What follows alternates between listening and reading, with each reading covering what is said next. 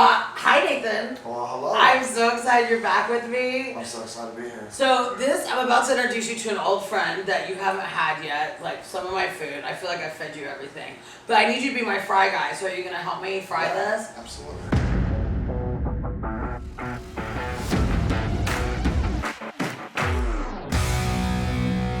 This is one of my old signature dishes. I used to do it at a restaurant years and years ago. It was the very first dish I ever made as an executive chef. But I love it, I miss it, and I feel right now like we need some good old comfort that we haven't had in a while. So who doesn't love avocados deep fried? So we're gonna take an avocado, right? And they're very ripe right now. How do you tell a ripe avocado? The belly button. That's what I call it. If the belly button flicks off, it's a little bit too soft. If it stays on there, it's probably firm and ready to go. If you touch it and your finger goes right through, leave it there and keep walking. You want to make sure you have a firm avocado, but not too mushy or it turns brown on you. So we got our avocado, and I haven't looked at here yet, so let's pray it's gonna do its stuff. Let's pray it's gonna be good. Okay, we're gonna cut our avocado. Come on, sister. So excited. Oh, look at that one. We got a beautiful one. Thank you. Nathan picked that one. Good job. And you want to take out your pit, hit your knife, twist, and turn, and this comes out. Now these cannot go in compost piles, right? They don't ever break down. I mean, they can break down, but I don't put those in mine. We fight constantly about the compost pile, what goes in, what goes out. I say the more the merrier. He says no. But what you can do with this though is get a mason jar, fill it up with water, get 3 toothpicks, stick it in there, and then set this in the mason jar with the water. Make sure that you always keep it about that much right there filled with water, and you can grow yourself an avocado tree. I love all that dirty talk, and I need an avocado tree stat. These things are expensive, although not right now, they're in season. Okay, if you ever have the ability to get a Mexican avocado or a California avocado, go for it. Those tend to be the best, the most affordable, because they have a lot of them and they're delicious. Okay, so we got our avocado, and by the way that nature made it, it's got a perfect hole that can be filled. Yeah, I said that right. So we're gonna take some cheese. You can use any cheese you want. This is a mixture of mozzarella and cheddar, and we're just gonna dice it. You got your air fryer on? Oh yeah. Yay! I like when we can fry together. Love it. Okay, so we're gonna just take a little bit of our cheese. We're gonna dice it. You can shred it, you don't have to dice it, but it's just, I like it because of the way that it fits in there.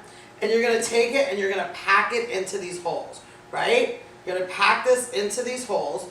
Now, the other thing I do at the restaurant is we add lobster to this. So it's lobster and cheese. You can also have bacon, you can add shrimp. But if you don't have all that, don't worry about it. We're trying to use stuff that you have at home. So we're gonna fill this. Oh my gosh. You see, Mother Nature knew what she was doing. Sister loves some cheese too. Jesus is so good at everything. Literally everything. So then, while we kind of let it sit there like that, we're gonna make our egg wash mixture. I also have a bowl of all-purpose flour. You can use rice flour, that'll work as well, but all-purpose is great because it's harder to burn. Okay, so we're gonna take a little bit of our buttermilk. We're gonna take a little bit of cream, and we're gonna take 2 whole eggs. You wanna do those for me?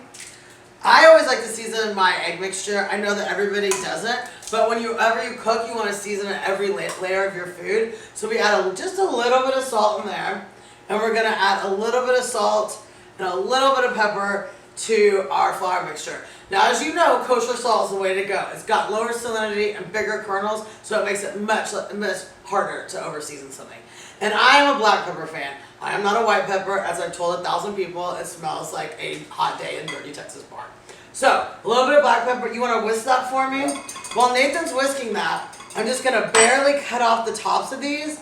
When you do that, you can peel this off because we want to keep the integrity of the avocado shape and we don't want to pull the cheese out.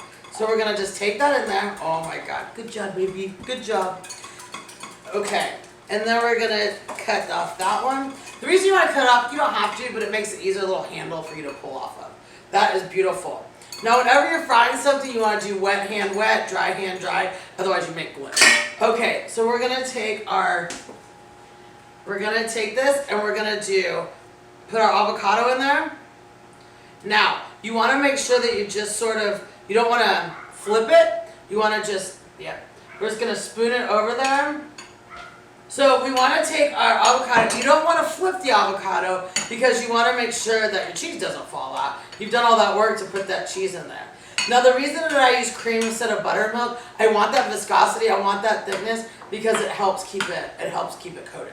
Okay, so we have our avocado wet hand. We're going into, make sure you mix up your ingredients. We're going into dry. Oh my gosh, it's so good. Okay, wet hand wet, dry hand dry. Do you love it? Yeah. It's like a little naughty bath foot.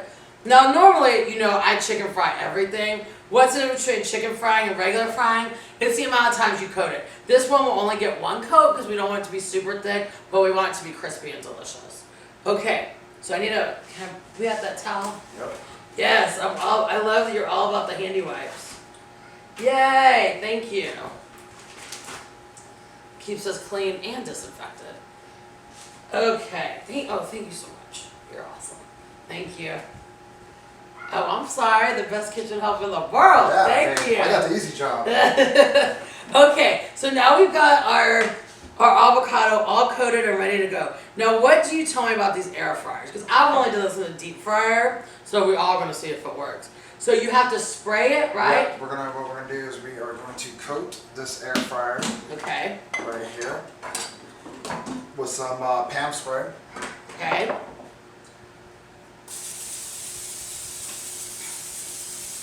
Oh my gosh. Are you getting excited? Just like, excited. Okay. So put that in there. Go ahead. Oh my gosh.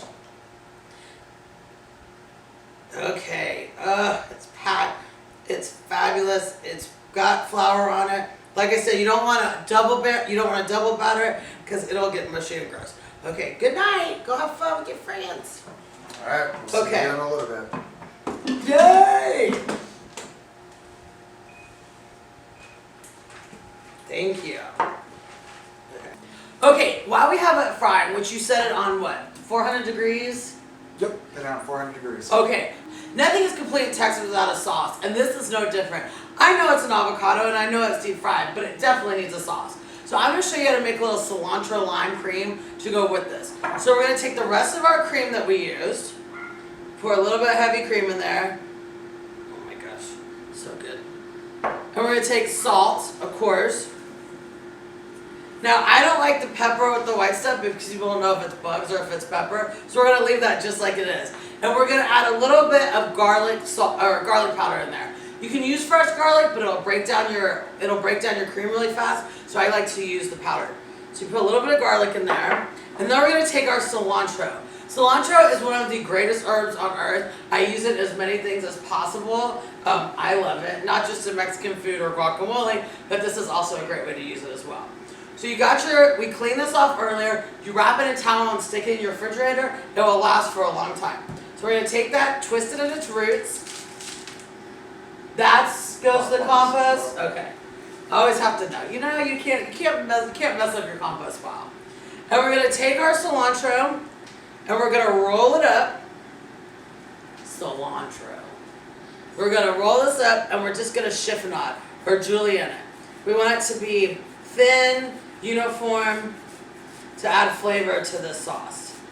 This can be made up to a day ahead of time. The longer it sits, just like anything, the better it is. So we have our cilantro. We're going to put it in here. Oh my gosh, you're so good. It smells so good in here. And then we're going to take a lime.